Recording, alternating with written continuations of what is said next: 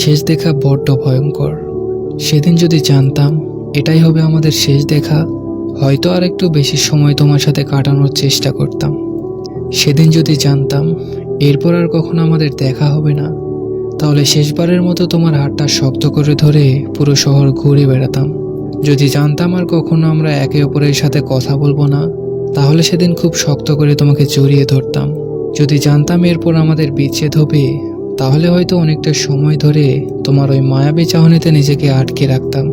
একটু যদি আভাস থাকতো তোমায় আর পাওয়া হবে না কখনো, তাহলে হয়তো সেদিন একটা চুমু এঁকে দিতাম তোমার কপালে। সেদিন যদি জানা থাকতো আর কখনো তোমায় দেখতে পাবো না, তুমি আর ফিরে আসবে না, তবে শেষ বিদায় অন্তত বলতে পারতাম ভালো থেকো। কিন্তু সেই সুযোগটাই আর হলো না, হঠাৎই আমাদের বিচ্ছেদ হয়ে গেল।